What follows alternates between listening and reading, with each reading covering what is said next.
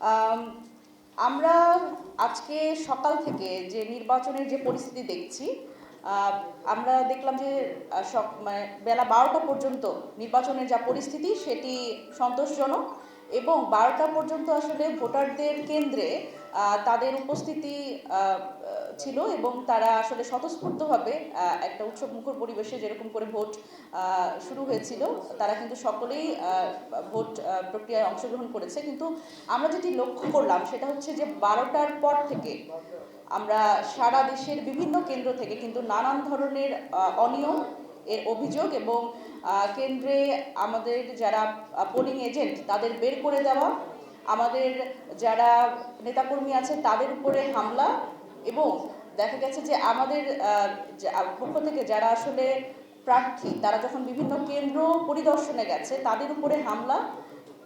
আর আমরা দেখছি যে ভোটারদের একটি নির্দিষ্ট দলের যারা সমর্থক বা কর্মী তারা কিন্তু ভোট কেন্দ্রের ভেতরে অবস্থান করে ভোটারদের উপরে এক ধরনের প্রভাব বিস্তার করবার চেষ্টা করছে। সুতরাং আমরা গতকালকে পর্যন্ত আমরা যে আশাবাদ ব্যক্ত করেছিলাম যে এই যে গত 17 বছরের যে সংস্কৃতি আমরা দেখেছি ভোট রিগিংয়ের, এবং নানানভাবে আসলে যেই ভোটকে বিতর্কিত করা, এই নির্বাচন প্রক্রিয়াকে বিতর্কিত করা, সেটির কিন্তু এক ধরনের প্রবণতা আমরা বেলা 12টার পর থেকে লক্ষ্য করছি। আমরা যদি কেন্দ্রভিত্তিক যেই খবর আমরা সারা বাংলাদেশ থেকে পাচ্ছি সেখানে চলে যাই, সেটি হচ্ছে ঢাকা 18।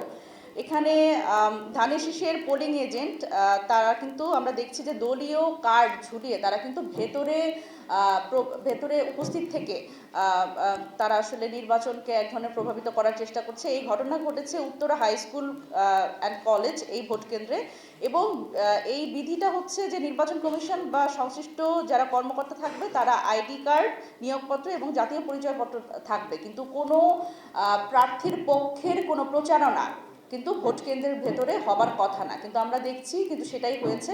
এবং ঢাকা 18 আসনের প্রায় প্রতিটি কেন্দ্রেই এই ধরনের যেই আমরা বিষয়টা লক্ষ্য করেছি, এবং আমাদের প্রার্থী কিন্তু সেটি নিশ্চিত করেছে। একই আসনের খিলক্ষেত থানার নিকুঞ্জে জামি আলম স্কুল কেন্দ্রে মহিলা ভোটারদের লাঞ্ছিত করার ঘটনার খবর আমরা পেয়েছি, আর এই ঘটনার সাথে সম্পৃক্ত আছেন বিএনপির স্থানীয় নেতা। একই কক্ষে আমরা খবর পেয়েছি যে একাধিক এজেন্ট, একটি নির্দিষ্ট দলের একাধিক এজেন্টের উপস্থিত থাকবার আমরা খবর পেয়েছি, এবং এটি আমার মনে হয় যে যমুনা টেলিভিশনের মাধ্যমে আপনারাও জানেন, এবং সারা বাংলাদেশে কিন্তু সাধারণ জনগণ এটি দেখেছে যে এক কক্ষে প্রার্থীর পক্ষে পোলিং এজেন্ট কিন্তু একজন থাকার বিধান আছে। তবে কুমিল্লার একটি ভোট কেন্দ্রে আমরা দেখেছি যে ধানের শীষের একাধিক পোলিং এজেন্ট তারা কিন্তু কক্ষে উপস্থিত ছিলেন। 11 দলীয় পোলিং এজেন্টের কেন্দ্রে প্রবেশে বাধা, এটি কিন্তু আমরা বিভিন্ন জায়গা থেকেই একই অভিযোগ কিন্তু পাচ্ছি।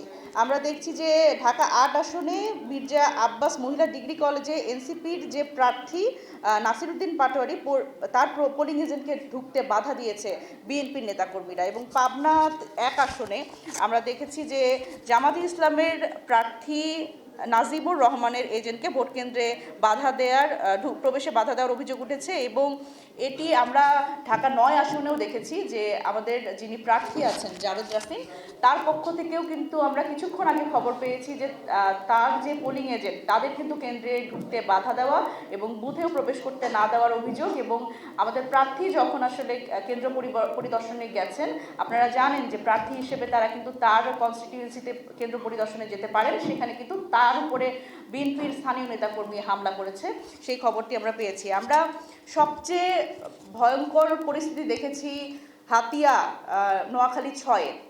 আপনারা জানেন যে আমাদের যিনি প্রার্থী আছেন হানান মাসুদের স্ত্রীর উপরে কিন্তু হামলা হয়েছে, এবং তার ছোট ভাই তিনিও কিন্তু গুরুতরভাবে আহত হয়েছেন।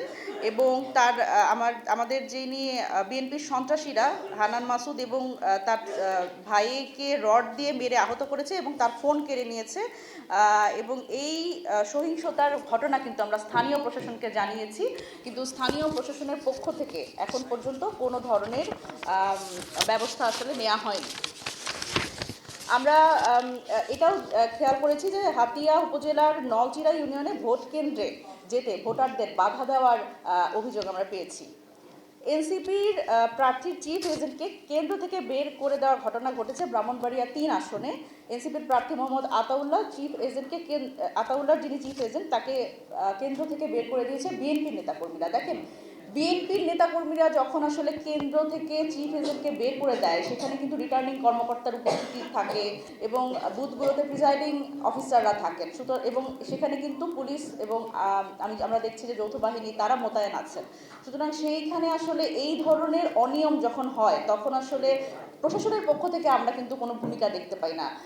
এই জায়গাতে আমার মনে হয় যে প্রত্যেকটি যেখান থেকে আসলে অভিযোগ আসছে, আমরা কিন্তু সরাসরি লিখিতভাবে এবং মৌখিকভাবে দুইভাবেই কিন্তু আমরা প্রশাসনকে অবহিত করবার চেষ্টা করছি, কিন্তু সেখান থেকে কিন্তু আমরা কোনো ধরনের প্রতিকার বা কোনো ব্যবস্থা দেখতে পাচ্ছি না। ভোট কেন্দ্রে আরও গুরুতর বিষয় হচ্ছে ককটেল বিস্ফোরণ। ভোলার বোরহানউদ্দিন উপজেলায় আড়িনগর মাধ্যমিক বিদ্যালয়ে ভোট কেন্দ্রে ককটেল বিস্ফোরণের ফলে সেখানে কিন্তু ভোট এখন বন্ধ আছে। এবং মুন্সিগঞ্জ 3 আসন গজারিয়া আসনের চরাঞ্চলে মোল্লাকান্দি একটি ভোট কেন্দ্রে 10 থেকে 15টি ককটেল বিস্ফোরণের ঘটনা ঘটেছে।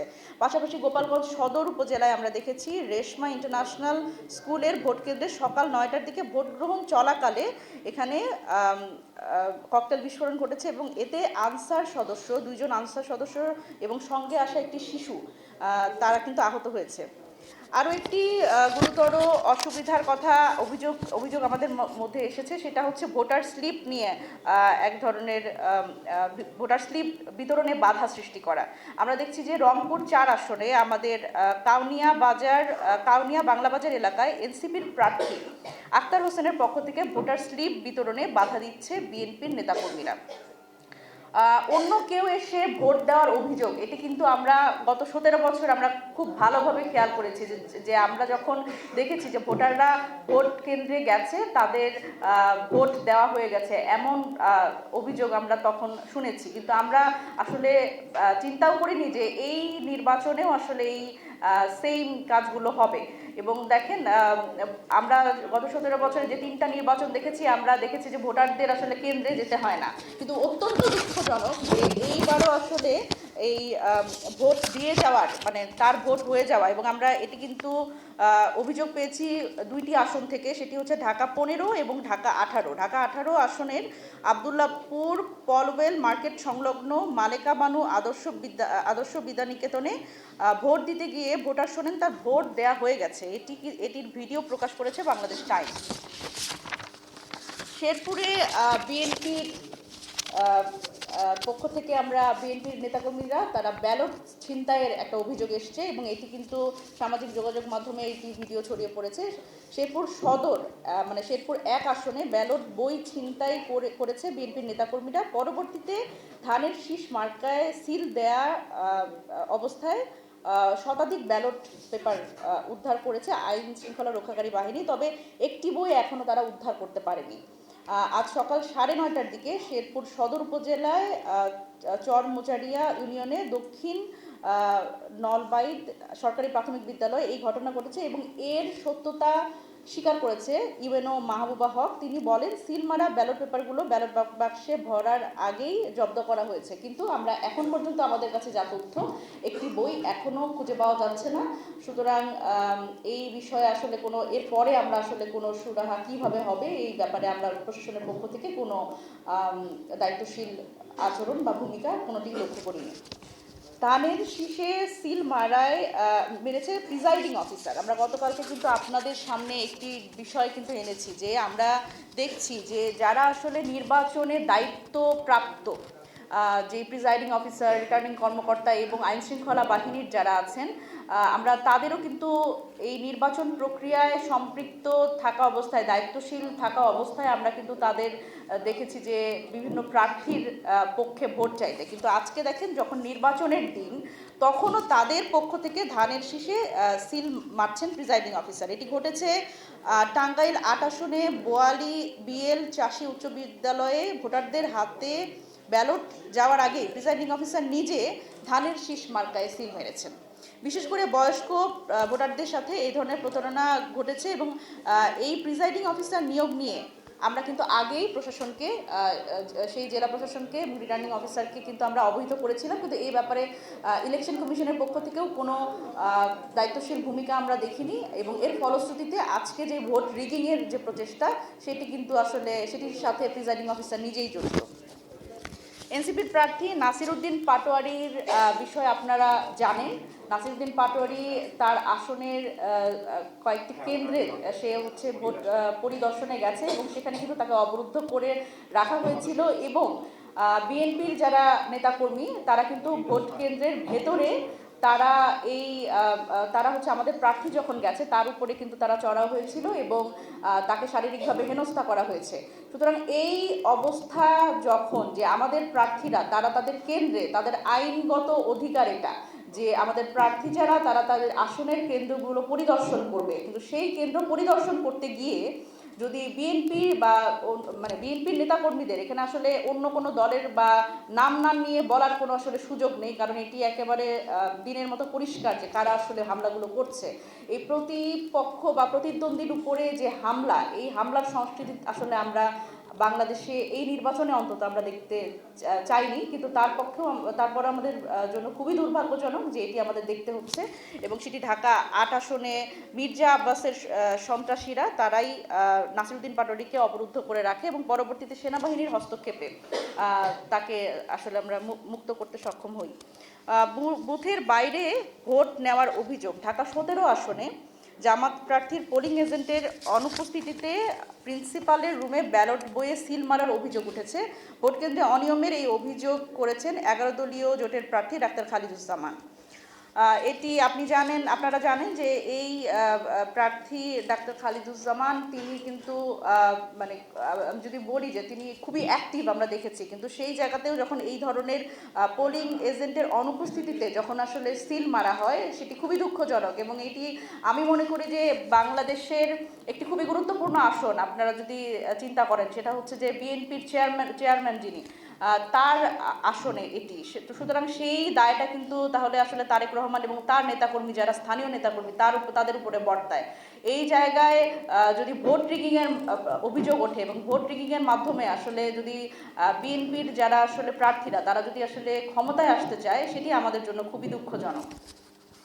হাতিয়ায় আমরা আরেকটা গুরুত্বপূর্ণ তথ্য পেয়েছি যে সাংবাদিকের উপর হামলা। নোয়াখালী হাতিয়ার উপজেলার চরঈশ্বর ইউনিয়নের গামছাখালী এলাকায় দায়িত্ব পালনকালে বাংলাদেশ টেলিভিশনের সাংবাদিক মিরাজ উদ্দিনকে কুপিয়ে জখম করা হয়। আমরা সাংবাদিক যারা ভাই বন্ধুরা আছেন আমাদের সাথে, আমরা কিন্তু তাদের আমাদের সহযোদ্ধা মনে করি। আমরা গণ অভ্যুত্থানে আমাদের যাত্রাটা একসাথে ছিল, আপনারা সংবাদ সংগ্রহ করেছেন এবং আপনারা জীবনের ঝুঁকি নিয়ে আমাদের সাথে সেই সংবাদগুলো সাধারণ মানুষের কাছে দেখানোর চেষ্টা করেছেন, কিন্তু আমরা এই নির্বাচনেও দেখলাম যে সাংবাদিকদের উপর এই ধরনের গুরুতর হামলা, এবং তারা সংবাদ সংগ্রহ করতে গিয়ে তারা নিরপেক্ষ এবং বস্তুনিষ্ঠ সাংবাদিকতা করতে গিয়ে যদি এই ধরনের হামলার শিকার হয় সেটি অত্যন্ত দুঃখজনক। এবং এই নির্বাচনটা কিন্তু আমরা শুধুমাত্র ক্ষমতা এবং হাত বদলের নির্বাচন হিসেবে দেখতে চাইনি। আমরা চেয়েছি যে এই নির্বাচনে একটা নির্বাচনে হার জিত থাকবে, কিন্তু প্রতিদ্বন্দ্বিতার মাধ্যমে আসলে ভোটারদের একটা নিরাপদ পরিবেশের মাধ্যমে ভোট দেওয়ার একটা সুযোগ আমরা করে দিব, এবং সবার এই জায়গা থেকে দায়িত্বশীল ভূমিকা আমরা আশা করেছিলাম, কিন্তু আমরা আসলে দেখলাম যে এটা খুবই হতাশাজনক যে সেটা আমরা পাইনি। মেহেরপুরে বিভিন্ন স্থানে জামায়াত সমর্থকদের উপরে বিএনপির হামলা। মেহেরপুর ২ আসনের গাংনী উপজেলায় সাহারবাটি সরকারি প্রাথমিক বিদ্যালয় ভোটকেন্দ্রে ভোটারদের প্রবেশের বাধা দেওয়ার অভিযোগ উঠেছে বিএনপি নেতাকর্মীর বিরুদ্ধে, এবং এটি প্রতিহত করতে গেলে জামায়াতের ১০ জন আহত হয়। এবং আমরা আরও খবর পেয়েছি যে মেহেরপুর ১ আসনে চাঁদপুর সরকারি প্রাথমিক বিদ্যালয়ে ভোট দিয়ে ফেরার পথে বিএনপি নেতাকর্মীদের হামলায় জামাত সমর্থক ২ জন আহত হয়েছে। এবং আমরা আরও লক্ষ্য করছি যে কেন্দ্রগুলো থেকে আমরা এই ধরনের খবর পাচ্ছি, আমরা কিন্তু দেখছি যে যারা আসলে লাইনে দাঁড়িয়ে আছেন যে ভোটাররা, তাদের উপরে এক ধরনের প্রভাব বিস্তার করা, এবং অনেক বিএনপির পক্ষ থেকে অনেকেই যেটা করছেন সেটা হচ্ছে, এর আগেও আমরা এই অভিযোগটি করেছি যে আমাদের কিন্তু এটি একটা গুরুত্বপূর্ণ নির্বাচন, কারণ এটি একটা গণভোটেরও নির্বাচন এবং আমরা সংস্কারের পক্ষে এবং পরিবর্তনের পক্ষে আমরা হ্যাঁর জন্য প্রচারণা করেছি। আমরা দেখছি যে যেই কেন্দ্রগুলোতে, কিছু কেন্দ্রগুলোতে লাইনে দাঁড়ানো যে ভোটাররা, তাদের কিন্তু না ভোটের পক্ষে বিএনপির নেতাকর্মীরা প্রচারণা চালাচ্ছে।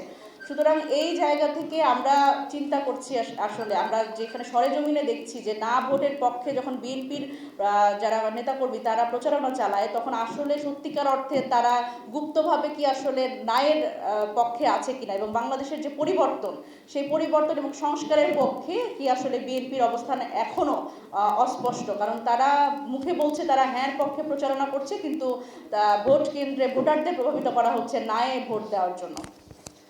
জোর করে ধানের শীষে ভোট, এটি হচ্ছে পিরোজপুর মঠবাড়িয়া আসনে শাপলাকড়িতে ভোট দিতে চেয়েছিলেন একজন ভোটার, কিন্তু তাকে জোর করে বলা হচ্ছে, মৌখিকভাবে তাকে বলা হচ্ছে যে না, আপনাকে ধানের শীষে সিল মারতে হবে। অন্য কেউ, আচ্ছা এটা তো বললাম যে অন্য কেউ তো ভোট দিয়ে যাচ্ছে। ভোট কেন্দ্রে ধানের শীষের ভুয়া পোলিং এজেন্ট, এটাই কিন্তু আমরা দেখেছি যে মানে সে বলছে যে সে পোলিং এজেন্ট, সে বিএনপির একজন প্রার্থীর পোলিং এজেন্ট, কিন্তু সে নাম বলতে পারছে না যে প্রার্থীর নাম কি। সুতরাং এই ধরনের অবস্থা যে আসলে পোলিং এজেন্ট তারা দিয়েছে, কিন্তু আসলে তারা পোলিং এজেন্টের নামে আসলে বহিরাগত কাউকে আসলে সেই বুথের মধ্যে ঢুকিয়ে রেখেছে, এবং সেখানে কিন্তু আমরা দেখছি যে সেই প্রিজাইডিং অফিসার, সেই বুথের প্রিজাইডিং অফিসার এবং সেই কেন্দ্রের রিটার্নিং কর্মকর্তা, তাদের পক্ষ থেকে কিন্তু কোন ধরনের দায়িত্বশীল বা সদুত্তর আমরা পাইনি যে কেন এই ধরনের ঘটনা ঘটছে। এবং আমাদের প্রার্থীরা যখন এই ব্যাপারে অভিযোগ করছেন, তারা কিন্তু খুব বেশি আমলে নিচ্ছে না।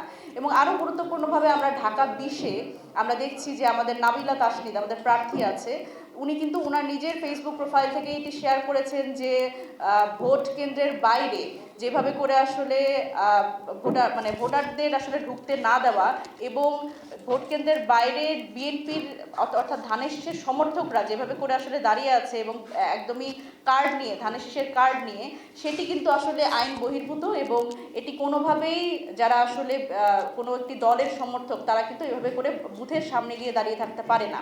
সেই জায়গায় প্রতিবাদ করলে, এবং এটি কিন্তু সংশ্লিষ্ট যারা আছেন রিটার্নিং কর্মকর্তা এবং প্রিজাইডিং অফিসার, তাদের যখন অভিযোগ করে, তারা কিন্তু আসলে এই জায়গা থেকে কোনো ব্যবস্থা গ্রহণ করেনি এখন পর্যন্ত। সর্বশেষ আমরা যেটা বলতে চাই যে যশোরে জামায়াতের সমর্থকদের উপর বিএনপির হামলা। যশোরে ভোট কেন্দ্রের বাইরে বিএনপির হামলায় 2 জামায়াত কর্মী আহত, এবং আজকে সকালে 7:40 যশোর 3 আসনে তালবাড়িয়া সরকারি প্রাথমিক বিদ্যালয় কেন্দ্রের বাইরে এই ঘটনা ঘটে। গাজীপুরে নারী ভোটারদের উপরে হামলার অভিযোগ। গাজীপুর 2 আসনে মুসাপাড়া শহীদ স্মৃতি স্কুল কেন্দ্রে নারী ভোটারদের উপরে হামলা হয়েছে, এবং এই হামলা করেছে স্থানীয় বিএনপিরা। এই হামলায় 2 নারী আহত হয়েছে, এবং গাজীপুর সদর হাসপাতালে তারা চিকিৎসাধীন রয়েছে। এবং ঢাকা 20 আসনে যেটি বললাম যে বিএনপি তারা আসলে তাদের নেতাকর্মীরা তারা কেন্দ্র দখলের চেষ্টা করছে। বাংলাদেশের যে নির্বাচনটি নিয়ে সাধারণ জনগণ এবং সাধারণ ভোটার এবং রাজনৈতিক দলগুলো এবং অন্তর্বর্তীকালীন সরকারের যে একটা গুরুদায়িত্ব, যে এই নির্বাচনটিকে সত্যিকার অর্থে জনগণের নির্বাচন হতে দেওয়া, এবং সেই জায়গা থেকে যেই দায়িত্বশীল আচরণ আমরা প্রত্যাশা করেছিলাম, প্রিজাইডিং অফিসার বলেন এবং পুলিশ প্রশাসন বলেন, রিটার্নিং কর্মকর্তা বলেন, নির্বাচনের সাথে যারা জড়িত তাদের পক্ষ থেকে আমরা কিন্তু সেই দায়িত্বশীল আচরণ পাইনি। এবং এর সবচেয়ে বড় সমস্যা হচ্ছে যে ধরেন প্রার্থীরা যখন এই অভিযোগটি দিচ্ছে, আমাদের সবসময় বলা হয় যে অভিযোগ দেওয়া হয়েছে কিনা, লিখিত অভিযোগ দেওয়া হয়েছে কিনা। আমাদের প্রার্থীরা যখন সবভাবে লিখিত অভিযোগ এবং মৌখিকভাবে যখন আসলে এই ব্যাপারগুলো সমাধানে প্রশাসনের হস্তক্ষেপ যাচ্ছে, তখন কিন্তু তারা এই সমাধান পাচ্ছে না। এটি কিন্তু খুবই গুরুতর ব্যাপার, এবং এই জায়গা থেকে আমরা এনসিপির পক্ষ থেকে, নির্বাচন পরিচালনা কমিটির পক্ষ থেকে আমরা বলতে চাই যে এইভাবে করে ভোট রিগিং এবং ইলেকশন ইঞ্জিনিয়ারিংয়ের মাধ্যমে কোনো দল যদি চায় ক্ষমতায় আসতে, জনগণ কিন্তু আসলে তাদের প্রত্যাখ্যান করবে, এবং শেষ পর্যন্ত নির্বাচনের যে ফলাফল সেটির কিন্তু প্রশ্নবিদ্ধ হবে। সেই জায়গায় আমার মনে হয় যে যেই দলই হোক, দল মত নির্বিশেষে এখন পর্যন্ত সবার পক্ষ থেকে, এনসিপির পক্ষ থেকে আমরা চাই সবাই দায়িত্বশীল আচরণ করুক, এবং যে অভিযোগগুলো আমরা তুলছি সেটির দিকে দৃষ্টি আকর্ষণ করার জন্য আমরা বলছি যে ইলেকশন কমিশনের একটা বড় দায়িত্বশীল ভূমিকা আমরা আশা করছি।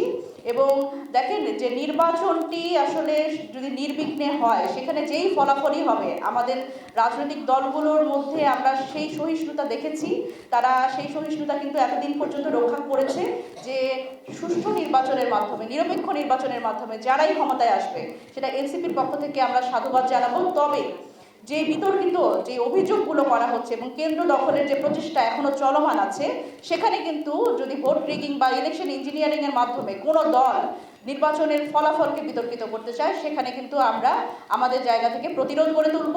এবং এই নির্বাচন যদি আসলে এভাবেই ফলাফল কন্টিনিউ করা হয়, সেই ফলাফল কিন্তু অবশ্যই জনগণকে সাথে নিয়ে এনসিপি প্রত্যাখ্যান করবে। সুতরাং এই জায়গা থেকে আমরা আমাদের বার্তা জানিয়ে দিলাম। আমরা পরবর্তীতে আপনাদের সাথে আবার মিলিত হব। আমরা আবার এই সংবাদ সম্মেলন করব আগামী কয়েক ঘন্টা পরে 5:30টার দিকে। আপনাদের ততক্ষণ পর্যন্ত আমাদের সাথে থাকুন এবং আপনাদের সকলকে শুভেচ্ছা। এখন আমরা যেটা বললাম যে নির্বাচন এখন পর্যন্ত সুষ্ঠু যে হচ্ছে, এটা আমরা খুবই আমরা আহত। আমরা আসলে এটা বলতে পারছি না, কারণ বিভিন্ন জায়গায় যে ইলেকশন ইঞ্জিনিয়ারিং এবং ভোট রিগিংয়ের যে প্রবণতা আমরা দেখতে পাচ্ছি এবং কেন্দ্র দখলের যে প্রবণতা দেখতে পাচ্ছি, সেটি আসলে বলা যায় না যে ভোট একেবারে সুষ্ঠু হচ্ছে। কিন্তু আমরা এখন পর্যন্ত আশাবাদী যে যেই অভিযোগগুলো আমরা সামনে আনলাম, সেই অভিযোগগুলো পুলিশ প্রশাসন এবং দায়িত্বশীল যারা আছেন ইলেকশন কমিশনের পক্ষ থেকে সেগুলো অ্যাড্রেস করা হবে। এবং বাকি যেই সময়টা আছে, সেই সময় সুষ্ঠুভাবে এই নির্বাচন প্রক্রিয়া চলবে। এবং ভোটারদের আমরা আহ্বান জানাতে চাই যে যেভাবেই আসলে যে কোনো দলই ইলেকশন ইঞ্জিনিয়ারিং করতে চান, আপনারা এখন পর্যন্ত যেভাবে করে সকলকে সহযোগিতা করছেন, ভোট কেন্দ্রে আসছেন এবং ভোট দিচ্ছেন, আমি আশা করব যতক্ষণ পর্যন্ত ভোট চলবে আমাদের ভোটাররা আমাদের সাথে থাকবে এবং তারা নির্বিঘ্নে ভোট যাতে দিতে পারে সেই নিরাপত্তা আইনশৃঙ্খলা বাহিনী এবং প্রশাসন নিশ্চিত করবে।